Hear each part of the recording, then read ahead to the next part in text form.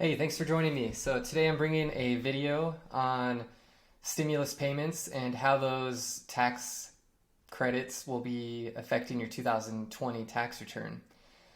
Before I go into the topic today, I did want to introduce myself since I failed to do so on my last video. So I'm Cameron Kimball, and I am a certified public accountant in the state of Utah. I have my own growing tax practice and am helping individuals. I also do some bookkeeping work for some clients up in Heber. Really enjoy accounting and taxes. Before I got into my current role where I'm at, I worked in public accounting, preparing individual tax returns. So it's been something I enjoy doing and like to do it on the side to keep my skills fresh. And I really do enjoy helping people with their personal taxes. So on that note, I've been getting a lot of questions from people about the stimulus payments, or hearing people talk about kind of worries they have about the stimulus payments since, maybe one of their kids didn't get it and they're concerned they just won't ever get that money. Well, how does that all get reconciled, and how will you get your money if you're entitled to it? So I've created an example. I'm going to shut my camera off for the rest of this video. But I've created an example, and this kind of is an example that is modeled after my own family in terms of dependents. So let's take, for example, a family that is married. They file their tax return as married filing joint, and they have 3 children. But one thing I want to note is little George, he was born in 2020, in May, okay? And because he was born in May of 2020, when the stimulus payments came out to the Doe family, they only received stimulus payments for John, Jane, Tom, and Spence, their 2 children. But what about George? Well, the stimulus payments are actually an advanced payment of a recovery rebate credit that will appear on Form 1040 this year.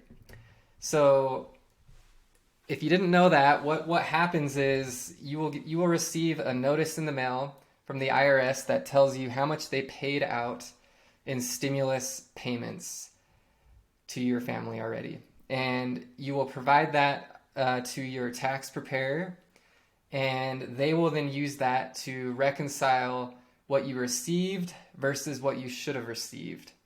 And an important note is that the stimulus law that was written does not have any payback provision, meaning if you received an amount higher than you are entitled to, you do not have to pay it back. So if you were lucky enough for that to happen, you don't have to pay that money back. But if you didn't receive enough money, the government will make sure that you are made whole on your 2020 tax filing. But to do that, you need to make sure you have a good CPA preparing your taxes, someone that understands how to make sure that that all gets reconciled correctly. So let's dive into this example and look at some of the changes on this year's tax return.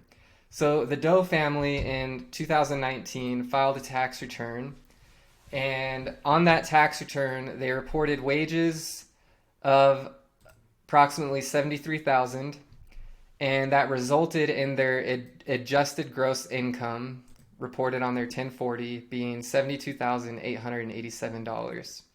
And this is just important because the stimulus checks that were paid out were based on income thresholds.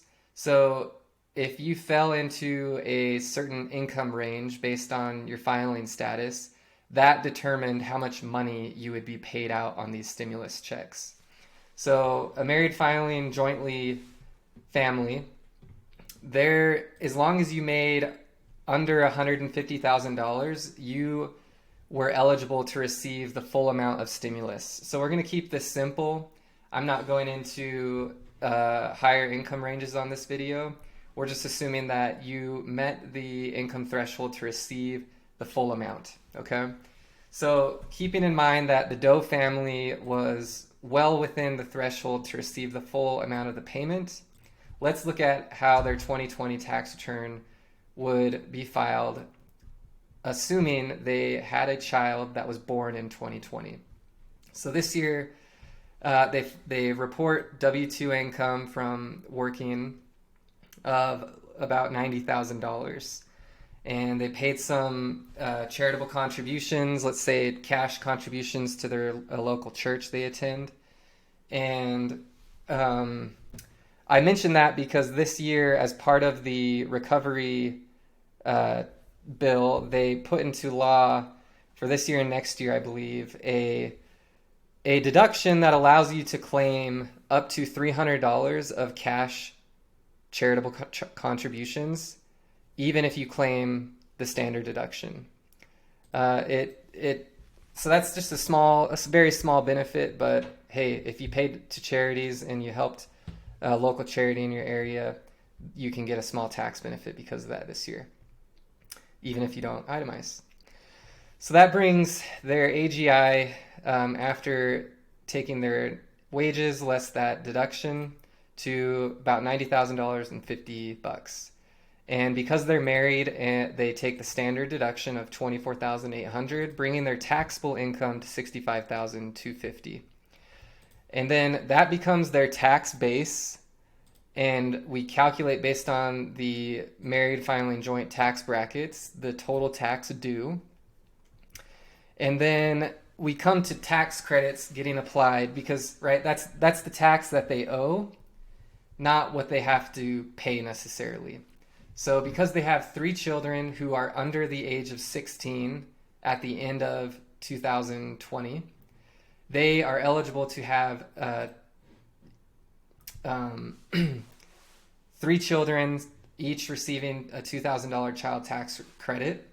So that tax credit reduces the taxes they owe by $6,000, leaving them with a tax due of $1,435. The last step is to take into account the payroll withholding that you had for federal taxes. And in this example, the family paid through their employer payroll withholding $3,435 in federal tax withholding. And that then lowers that. So what you do now at this point in the tax return is you determine, based on the balance they owe and based on the taxes they've already paid, if they owe taxes or if they're in a refund position. And that's really how simple it is, right? This is a very simple situation, straightforward, but that's how your tax balance is determined, whether or not you owe or you get money back.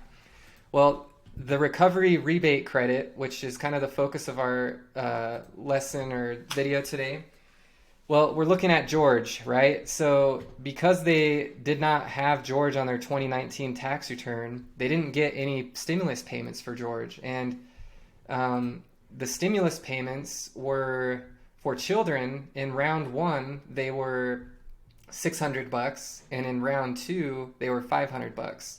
So the family missed out on $1,100 of stimulus payments that they were eligible for.